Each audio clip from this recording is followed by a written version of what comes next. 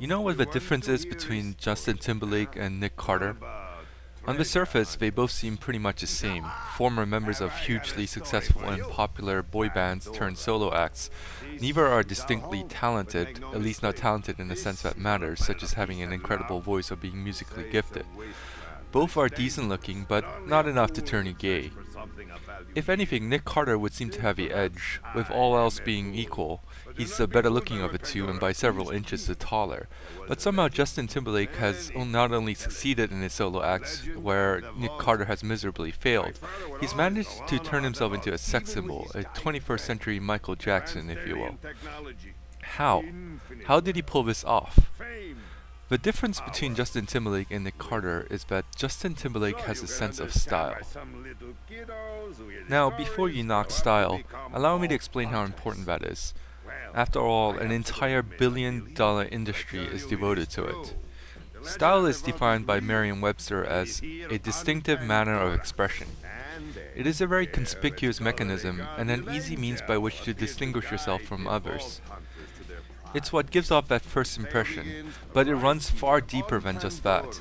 It can often define the who, what, and why of your very being. Captain Lou Albano has made a career out of it by being fat and tying his beard with rubber bands and wearing rubber band earrings and cheek rings and jabbering on and on and on and on. A sense of style can be the difference between landing that job and returning to the back of an unemployment line. You're bound to leave an impression when you dress right, look the part, speak eloquently at the job interview. It's what makes someone like Gwen Stefani more attractive than the likes of Janet Jackson, even though Janet is far prettier, curvier, and more talented than Gwen. It's what makes Faulkner so distinct and such a terrific writer.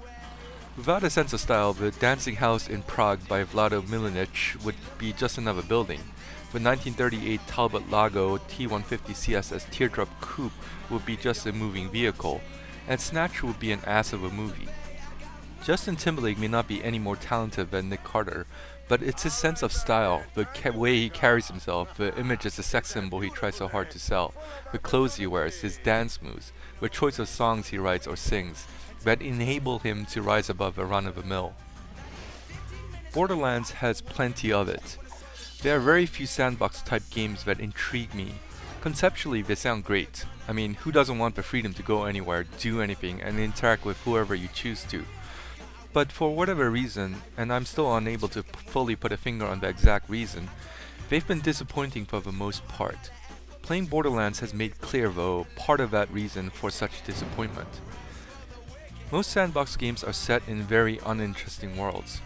Yes, you can go anywhere you want, but if anywhere is set in a graphically gorgeous but ultimately monotonous world, there's really no incentive to explore and go anywhere. Yes, you can do anything you want, but if a world is all about driving around and beating up hookers, then it tends to get rather tedious. Yes, you can interact with whoever you choose, but if the characters you interact with have wooden expressions and have nothing interesting to say, then I'd rather not interact with them. Borderlands has a sense of style that transcends this problem. By no means is the game setting particularly deep. The areas that you explore are generally just landfills, and you won't run into many surprising areas that stray from the norm. Things you can do are limited to looting and shooting, and the characters you meet mostly serve as bulletin boards for quests. But it really doesn't have to be all that deep for me to enjoy the game. What gives me incentive to explore further is this wasteland punk style of a game. Now, punk has been done to death, but I contend that Borderlands does it better than anything we've seen before, in movies, TV shows, or any other medium, and especially games. This wasteland punk theme persists throughout. There's a story to be told here, not just in the main plot, which is fairly standard and doesn't drive a game forward all that much, but mainly in what you see and observe. You get a sense of a character, his background and his upbringing, his perspective on the world, with the slightest of hints. The characters may not say much, but you understand more about him, the who, where, and why of his being, than you would drudging through hours of dialogue with characters in many other games. You see a backdrop, and the backdrop would tell you more about this world than other games' world with plentiful grass and trees and wildlife, no matter how gorgeous the game. You understand something about the enemies in what they yell out when shot, or the taunts they throw at you when attacking. There are thousands of little details in the game, and it's these details that come together to tell a story about its world and give you incentive to explore further. Of course, the most obvious way in which a game has a sense of style is in its art. There may be games that are prettier than Borderlands. Certainly, games like Oblivion and Crysis have induced more than a few ahs and oohs out of me. But the noteworthy difference between those games and Borderlands is that those games did it with trees and grass and water. It's easy to appreciate majestic mountains and glorious waterfalls when rendered correctly. But it's a whole different matter to gush about shit water gushing out of sewer pipes. Never has a junkyard seemed more gorgeous than it has in Borderlands. But more than that, the style fits this game perfectly. I worried about the change in art style when Gearbox announced their decision to change from realistic to this anime style. Not that I didn't think it looked pretty, it most certainly did. But I worried that it wouldn't fit this post-apocalyptic setting of this world. What I didn't understand about the game was that the game has this punk wasteland sheen about it, and understanding this makes the graphics not only easy on the eyes, but also gives it a sense of purpose. I feel too many games just try to look the most realistic as possible, inevitably leading to that uncanny valley effect where realism is just not realistic enough to make it believable, and thus leading to graphics being somewhat of a distraction. I feel that more games could try and go for a sense of style instead of realism, and have that style serve a purpose. Borderlands has a great sense of style to its art, which fits perfectly in the game setting. But style without substance is, well, not nothing, but it's not enough. Especially since we're talking about a game, not a pants-off dance-off competition. Just as Justin Timberlake has some of the goods to back his style, Borderlands does as well. First thing to note is that Borderlands can stand on its own as a first-person shooter, meaning that the game needn't have included all the action RPG mechanics that it has. I can't quite put into words why certain games get the gunplay completely wrong and why some games nail it, but I have noticed that I tend to enjoy games more if a character moves fluidly. Certain games, whether by design or by some hideous error, don't allow for your characters to move much.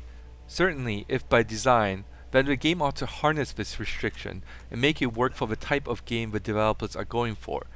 It has worked for some games, like Dead Space, in which your character is restricted to moving through narrow corridors, and this restriction adds to the claustrophobic feel that the game is going for. But oftentimes I find that there is no reasonable and discernible design logic to such a restriction, and it results in a game in which you're basically moving forward awkwardly while aiming your crosshairs at whatever pops up in front of you. Borderlands has no such restrictions. In fact, one of the things I loved most about Borderlands' gunplay is that you can approach a group of enemies from afar and search for a viable means to attack them that will be most beneficial to the type of characters you're playing. There aren't that many tactical options available to you, but there are just enough that the game having an extra planning stage adds to the enjoyment. If you're a sniper, you'd most likely want to find a good place to set up, one which enemies would have a hard time reaching, and then most likely pick off the easy targets first to eliminate them ganging up on you. If you're a shotgunner, you'd most likely want to lob a few grenades in first before rushing in, and so forth. Once in the thick of battle, the action is frantic and somewhat fast-paced. Generally, there'll be a little village that you're invading, and you're tasked to eliminate about 10 to 15 enemies.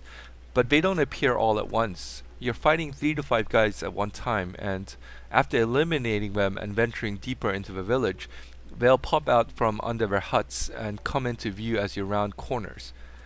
The AI is quite bad at times. For one thing, enemies standing 20 feet away from the ones you're engaged don't notice that shots are being fired, and their mates are screaming in pain.